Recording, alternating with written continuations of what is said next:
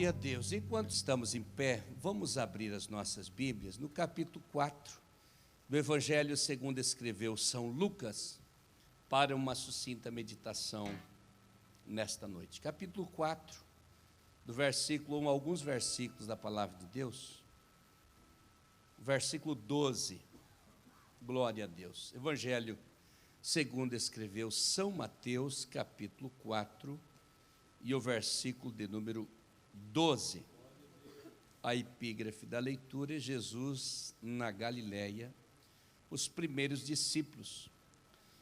Jesus, porém, ouvindo que João estava preso, voltou para a Galileia e, deixando Nazaré, foi habitar em Cafarnaum, cidade marítima nos confins de Zebulon e de Naftali, para que se cumprisse o que foi dito pelo profeta Isaías, que diz: a terra de Zebulon e a terra de Naftali, junto ao caminho do mar, além do Jordão, a Galileia das nações.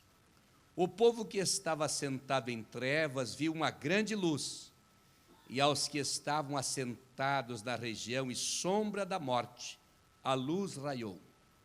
Desde então começou Jesus a pregar e a dizer: arrependei-vos, porque é chegado o reino dos céus.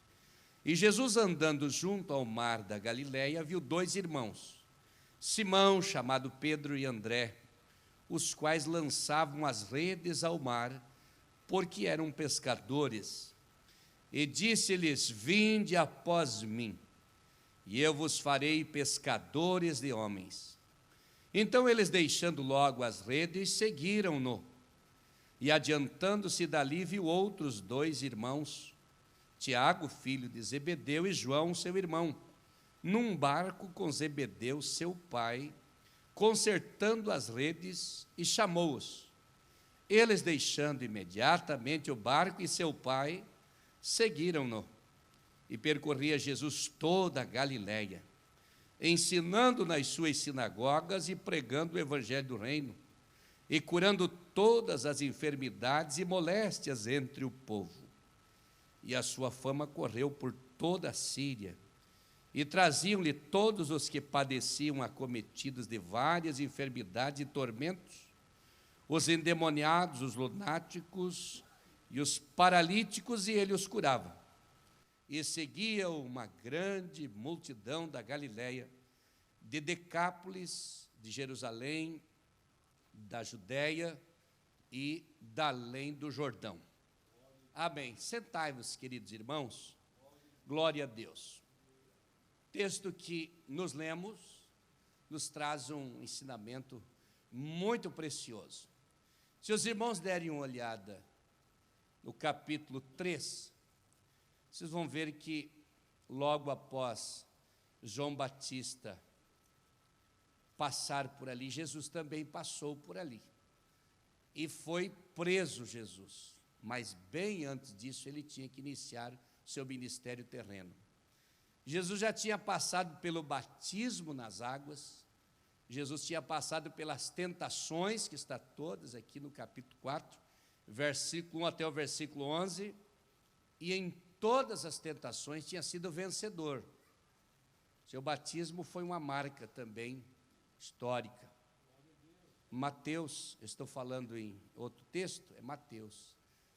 E no capítulo 4 de São Mateus, no versículo 12, ele então começa a procurar gente para iniciar a igreja do Senhor, a multiplicação dos seus discípulos. Quando Jesus, do versículo 12, se o irmão tiver com a Bíblia aberta pode ver, ouvindo Jesus que João estava preso, voltou para a Galileia. A prisão do apóstolo São João, ou do João Batista, a prisão de João Batista foi um sinal que Jesus era momento de voltar para a sua terra, voltar para a Galileia. Depois, o versículo 13, deixando Nazaré, foi habitar em Cafarnaum. Eu fiquei pensando, se a prisão de João Batista é um sinal para ele voltar para a sua terra, no versículo 13, Jesus deixa Nazaré e vai morar em Cafarnaum. Nazaré é uma cidade sem expressão, Cafarnaum uma cidade comercial, uma cidade de muito movimento, e ficava na região de Decápolis. Jesus foi morar em Cafarnaum, onde havia comércio, um povo muito esclarecido, um povo inteligente, e ele achou que ali seria mais movimentado o início do seu ministério. Mas ele precisa arrumar alguém para lhe ajudar, é o início. E ele sai e começa a procura dos homens para dar início ao seu ministério. Quando você olha para o lugar onde ele foi para o Mar da Galileia. Quem já esteve em Israel sabe onde fica o Mar da Galileia. Um lago, água doce, o Mar de Genezaré, o Mar de Tiberíades, tudo a mesma coisa. O Mar da Galileia, um lago grande de 4 metros de largura, mais ou menos, por 4 quilômetros de largura, por 13 quilômetros de comprimento, mais ou menos de 26 a 45 metros de profundidade. Ali, ao redor, a região de Decápolis, 11 cidades. A região inteira, em torno do mar, 30 cidades. Todos se alimentavam da pesca deste Mar da Galileia naquela época. Então, o movimento em torno do mar era muito grande. E Jesus vem para Cafarnaum, morar em Cafarnaum e dar início ao seu ministério. Mas ele sai dali e vai caminhar na praia. Logo, ele encontra alguns homens. Diz aqui no versículo de número 17, começou Jesus a pregar o arrependimento e depois, andando junto ao mar da Galileia, viu 2 irmãos, Simão, chamado Pedro, e André, os quais lançavam as redes no mar, porque eram pescadores. E ele disse: vinde após mim, e eu vos farei pescadores de homens. Em primeiro lugar, depois que Jesus está ali, João está preso, o versículo número 16, diz que ele pregava o arrependimento, versículo número 16, 17, pregava arrependimento. Eu fiquei prestando atenção. João preso, ele vem para aquela região, um local que chama atenção, mais movimento de gente. Mas o tipo de pregação, antes de escolher os discípulos, pregar a mesma pregação que João Batista fazia. João Batista pregava o arrependimento. Jesus veio e começou a pregar arrependimento também. No verso 17, que ele diz: desde então começou Jesus a pregar e a dizer: arrependei-vos, porque é chegado o reino dos céus. A pregação de Jesus começou logo após João Batista parar de pregar, arrependimento. Porque a intenção de Jesus era trazer as pessoas ao arrependimento. Quando as pessoas se arrependem, se quebrantam. Quando nós nos arrependemos, nós nos quebrantamos e abrimos mão de muitas coisas que nos amarram. O pecado, o orgulho, a exaltação, a dureza de coração, tudo nós abrimos mão quando nós nos arrependemos. Então Jesus trouxe esta palavra, porque João Batista já pregava essa palavra, mas ele vai à procura de homens para lhe ajudar, e encontra na praia 2 homens, primeiro, e convida-os: vinde após mim, e eu vos farei pescadores de homens. Venham. Eles logo foram atrás, não teimaram, não resistiram, foram. E eu fui ver porque eles foram atrás. Eles já eram conhecidos. Lá atrás do Evangelho de João, você vai encontrar um indo avisar o outro. Filipe vai avisar Natanael, e André vai avisar o outro discípulo, que encontramos o Messias, achamos o Messias. Então eles já tinham tido uma ideia de quem era ele.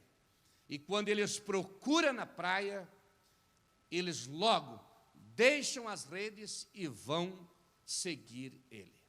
Eles eram pescadores, eram empresários da pesca, ganhavam o seu dinheiro na pesca. Jesus queria que eles fossem ganhar almas. Deixem esse trabalho de vocês aqui, onde só tem água e peixes, e como vocês são peritos em pescaria, vão atrás das vidas, e eu vos ensinarei, e vocês serão, a partir de hoje, pescadores de homens. É exatamente isso que nós queremos comentar aqui mais precisamente. Quando Deus chama as pessoas, Ele chama para formar. Ele nos chamou um dia para o arrependimento, e depois do arrependimento, o segundo passo é segui-lo. Ele prega o arrependimento, nós aceitamos Ele e depois seguimos Ele. Mas nós não nascemos pronto, nós precisamos sermos formados por Ele. E esta vida com Jesus de formação é uma constância na presença dEle. Todos os dias Jesus nos ensina uma coisa. Todos os dias Ele abre os nossos olhos com respeito a alguma coisa. E os nossos anos de fé vão nos instruindo cada vez mais. E quanto mais experiência com Deus, mais facilidade nós temos de testificar de Jesus, de falar de Jesus, de declarar a nossa fé. Você e eu fomos chamados. Você e eu fomos trazidos. Ele disse: vinde após mim.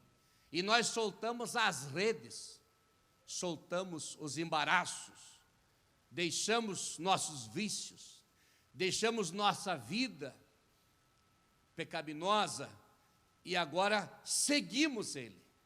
E quando nós seguimos Ele, Ele agora começa a nos preparar. Ele nos chama, não nos chama pronto. Nós não nascemos pronto. Você não nasceu crente. Você não se tornou uma bênção no dia que aceitou a Jesus. Foi a partir daquele dia, nem eu. Não me tornei um obreiro, um pastor, o dia que aceitei a Jesus. Aliás, não aceitei Jesus para ser pastor, aceitei Jesus para ser um salvo. Mas o dia que eu aceitei a Jesus, Ele começou a trabalhar na minha vida. Paulo disse: aquele que em vós começou a boa obra, aperfeiçoará até o dia de Jesus Cristo. Conforme vai passando os dias, Deus vai trabalhando nas nossas vidas e vai nos formando. E conforme Ele vai nos formando, Ele vai nos inspirando, inspirando para a oração, inspirando para a adoração, inspirando para lhe servir melhor. E vai gerando dentro de nós o amor pela sua palavra, o amor pela sua igreja, pelos louvores, pela adoração, glória a Deus. E Ele vai nos dando talentos, e vai nos dando dons, e vai nos afinando para nos usar nas suas mãos. Conforme os dias vão se passando, a gente vai criando mais experiências, mais calo nos ombros, vai ficando mais humilde, mais preparados. Mas conforme vamos crescendo, Deus vai estabelecendo os seus propósitos sobre as nossas vidas. Ele não nos salvou somente para nós dizermos que somos crentes. Ele nos salvou para nos preparar, nos dar o crescimento, nos dar músculos espirituais, nos preparar na oração, no jejum, na palavra, para nós sermos testemunhas do seu santo nome e pregarmos o seu evangelho para toda a criatura, glória a Deus. Ele salvou você, meu irmão, minha irmã, e salvou a mim, para nós sermos testemunhas, para nós sermos pregadores da sua palavra, para nós levarmos a sua mensagem. Vinde após mim e eu vos farei pescadores de homens. Agora eu já ouvi a palavra, eu já me arrependi, eu já segui. Agora estou dentro da sala da preparação, do seminário do meu mestre. Cada dia eu vou aprendendo alguma coisa, cada dia eu vou ficando melhor, mas Ele tem um propósito com a minha vida. E esse propósito Ele me revela. Esse propósito Ele fala comigo através dos irmãos, através dos ensinamentos, através da leitura da palavra, através do seu Espírito Santo que se move dentro de mim. Ele vai trabalhando na minha vida e revelando o propósito. Não desanime, pois eu tenho um propósito na sua vida. Não pare na caminhada, eu tenho um propósito na tua vida. Não para aqui a tua trajetória, vai além. Fique em pé e comece a andar, espiritualmente falando, porque alguma coisa lá na frente te espera, e o mestre vai precisar de você. Mas esteja em pé diante do Senhor todos os dias, aguardando o momento que Ele diz: abre a sua boca e fala, abra a sua boca e fale em línguas estranhas, abra a sua boca e profetize, abra a sua boca e expulse os demônios, porque você tem a palavra, você tem a autoridade, você tem a unção. Glória a Deus. Jesus chamou os discípulos, e eles foram logo seguir o mestre. Oh, como é maravilhoso saber quem nós estamos seguindo. Eles já tinham ouvido dele, já tinham conversado com ele. Ele inclusive disse: ô Natanael, eu já te conhecia, te vi debaixo da figueira, agora chama os homens para ensinar a ser pescadores de homens.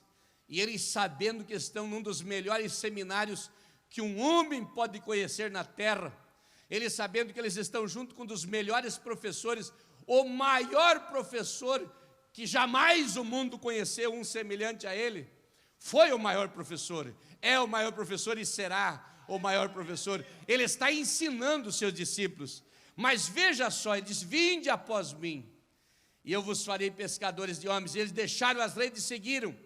E ele viu outros dois, Tiago, filho de Zebedeu, e João, seu irmão, num barco com Zebedeu, seu pai, consertando as redes, chamou e disse.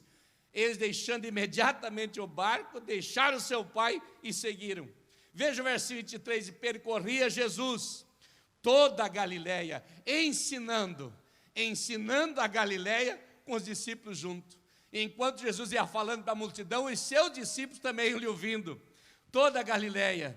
E ainda continua dizendo assim, versículo de número 23, nas sinagogas, ensinando e pregando o evangelho.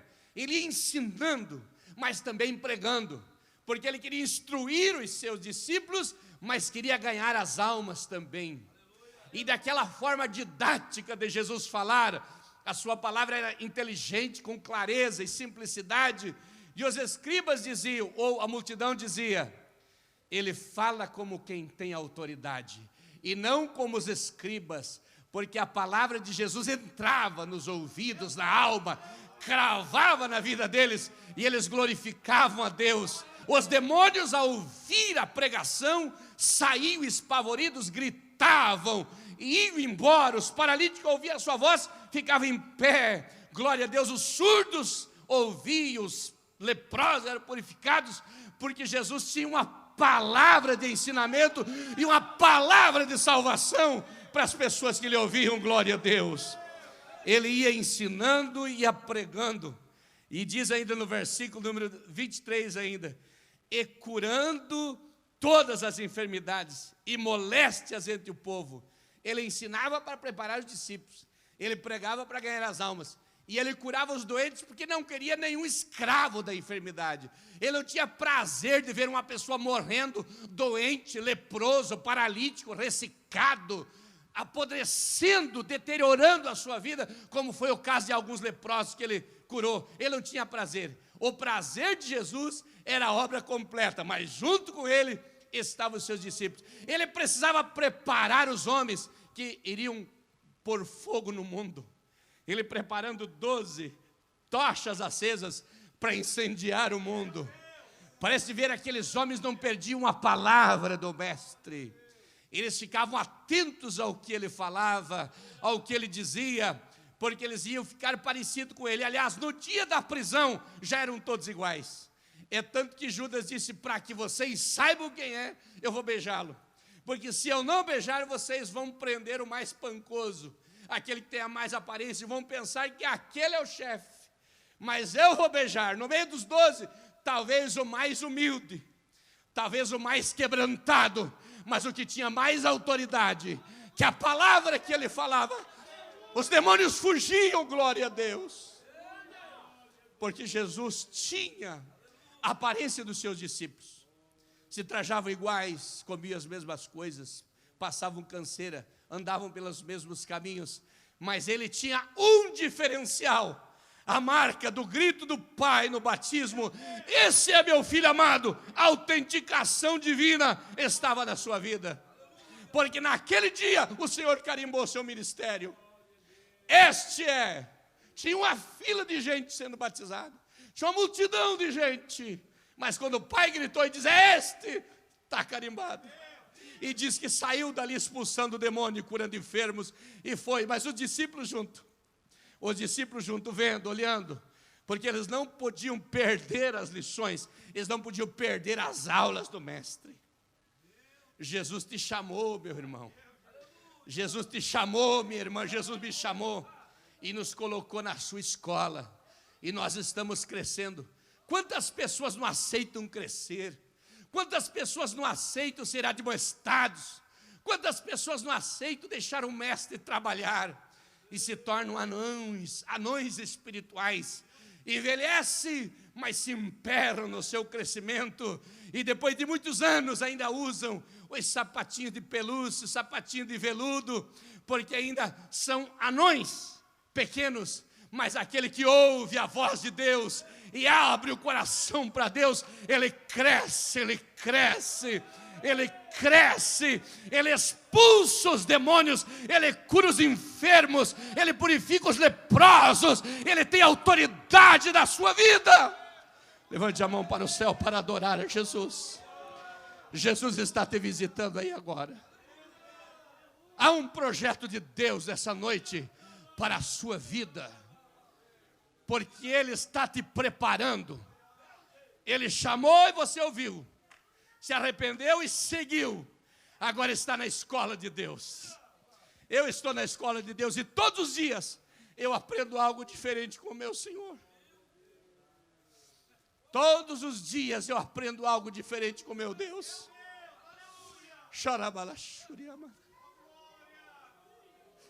Ele foi preparando os seus discípulos, percorrendo, ele não parava. Jesus era um homem de ação. Ele não era um homem que estava ali dormindo, deitado, sentado, sossegado, tranquilo, de pernas cruzadas. Ele estava sempre em atividade. Ou estava fazendo uma coisa, ou estava fazendo outra. E quando estava sumido, estava orando, porque Jesus tinha uma missão do Pai para desenvolver na terra. Adore o Senhor, porque Ele está trabalhando na sua alma nessa noite. Ele chamou e está preparando. Aleluia. Ele não quer crente despreparado nesse mundo de trevas. Ele não quer crente fraco nesse mundo de trevas. Ele não quer crente sem autoridade para enfrentar as trevas e o mal. Ele quer crentes cheios do Espírito Santo. Ele está preparando a sua vida, a minha vida. Ele quer nos usar, glória a Deus, glória a Deus. Quando Deus queria criar uma nação, Ele olhou para a terra, muito deserto, e Ele viu um Abraão, e pensou: com esse Abraão eu crio uma nação. E Abraão, nosso pai da fé. Para criar uma nação se faz um Abraão. Glória a Deus. Mas quando Deus dá uma olhada, oh meu Deus, e quando Ele quer preservar uma nação, Ele olha e diz: aqui tem um José. E pega um José lá do campo, no meio dos seus irmãos, rodeado pela inveja, pelo ódio, e leva lá para o Egito. Do jeito que for, não importa, a luta foi grande, o sofrimento foi tremendo, o preço foi alto, mas chegou lá, chegou no Egito, mas foi para o trono do Egito, porque lá no Egito Deus queria salvar uma nação, e precisava de um homem. Ele levantou José, glória a Deus.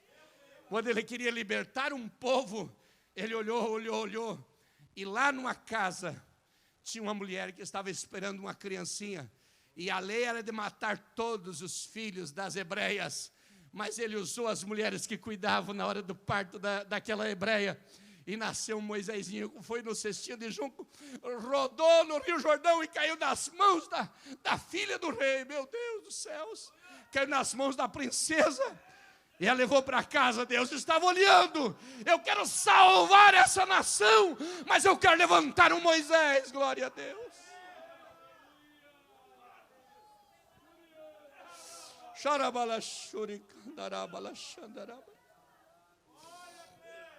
Aleluia.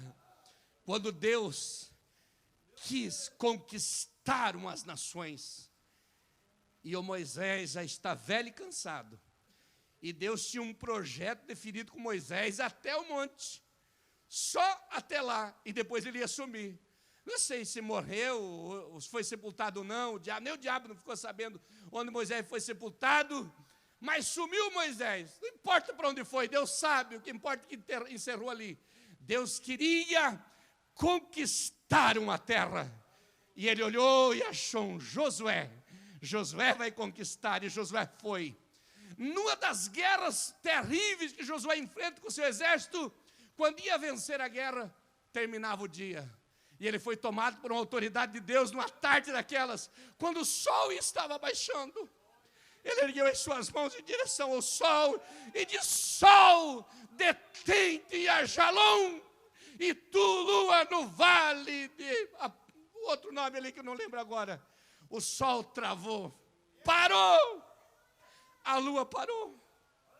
E em torno de 24 horas, todas as galáxias, todos os planetas e planetoides, asteroides, meteoros e meteoritos pararam perante a voz de um homem de Deus, que disse: pare, detente.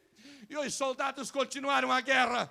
Deus usa um Josué para conquistar uma terra grande, cheia de inimigos, mas a conquista estava nas mãos do Josué. Deus, nessa noite, está preparando a sua igreja. Deus está preparando as nossas vidas, glória a Deus. Quando Deus queria matar um gigante que assolava o povo, ele procura no meio daquele exército de Israel, não eram poucos, eram milhares de homens.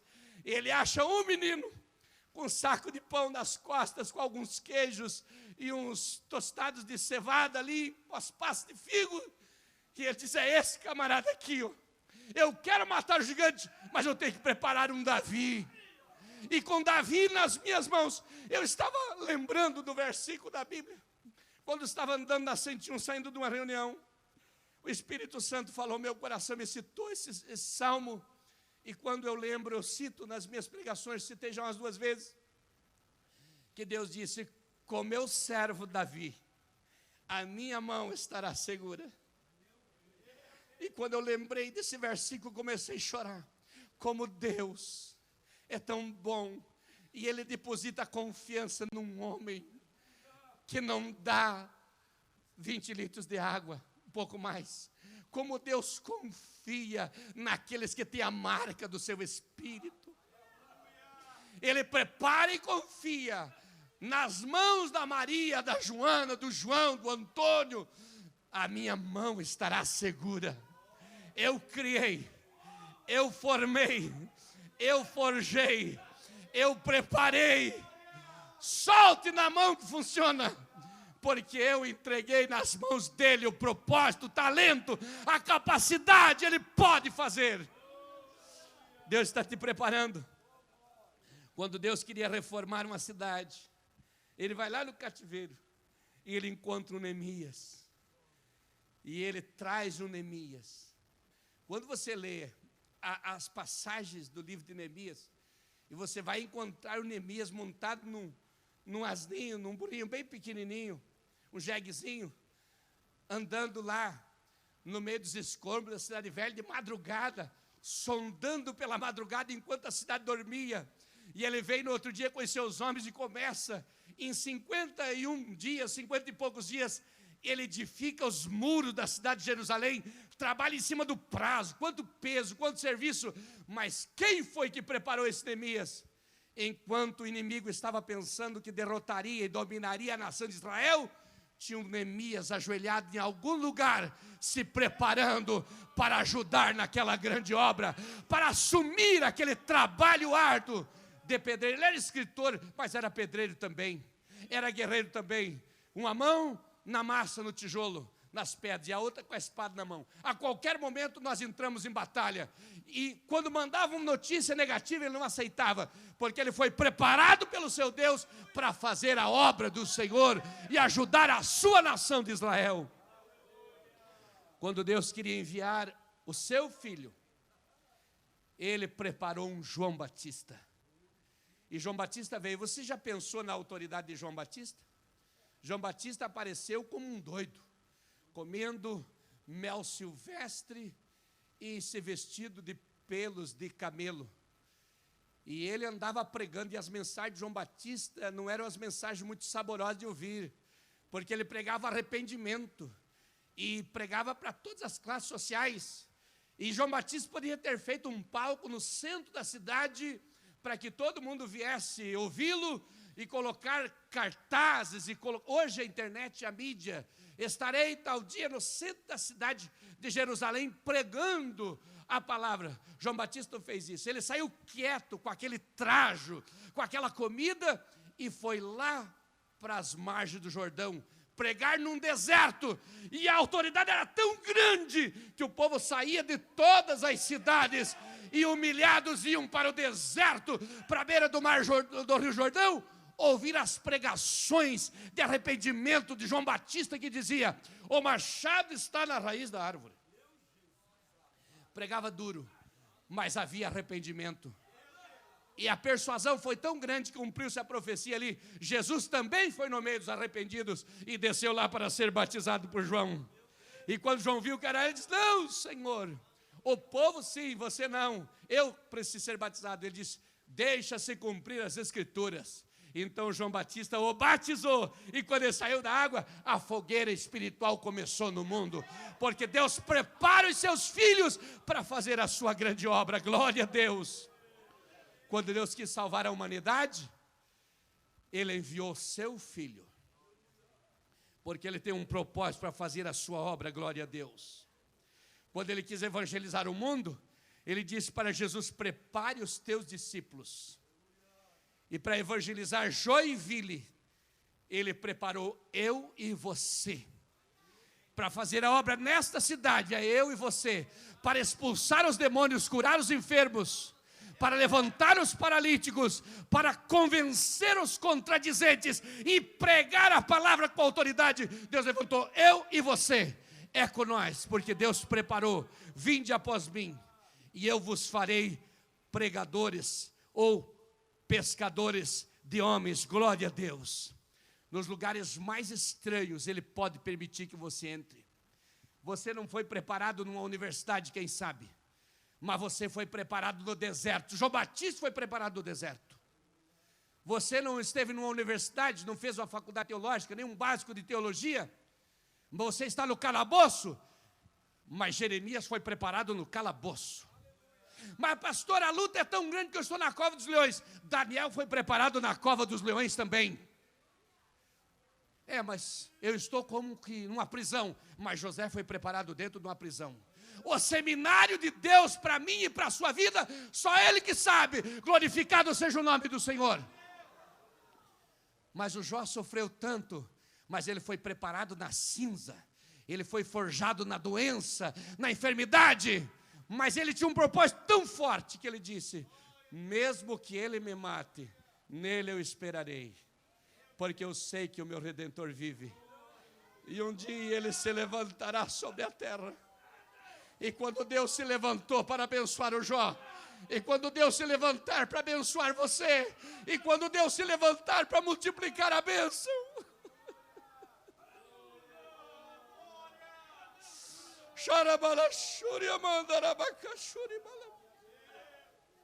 fique em pé agora. A igreja fica em pé. Espírito Santo revela ao meu coração: Deus se levantará para agir na sua vida. Deus se levantará para agir no seu casamento, para agir na sua vida espiritual. Deus se levantará para agir na sua vida financeira. Só que tem um propósito: tem que glorificar Ele.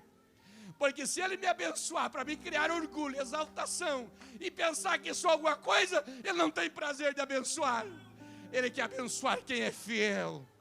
Ele quer abençoar quem tem propósito. Ele quer abençoar quem dá vida por Ele. Quem está definido nas suas mãos.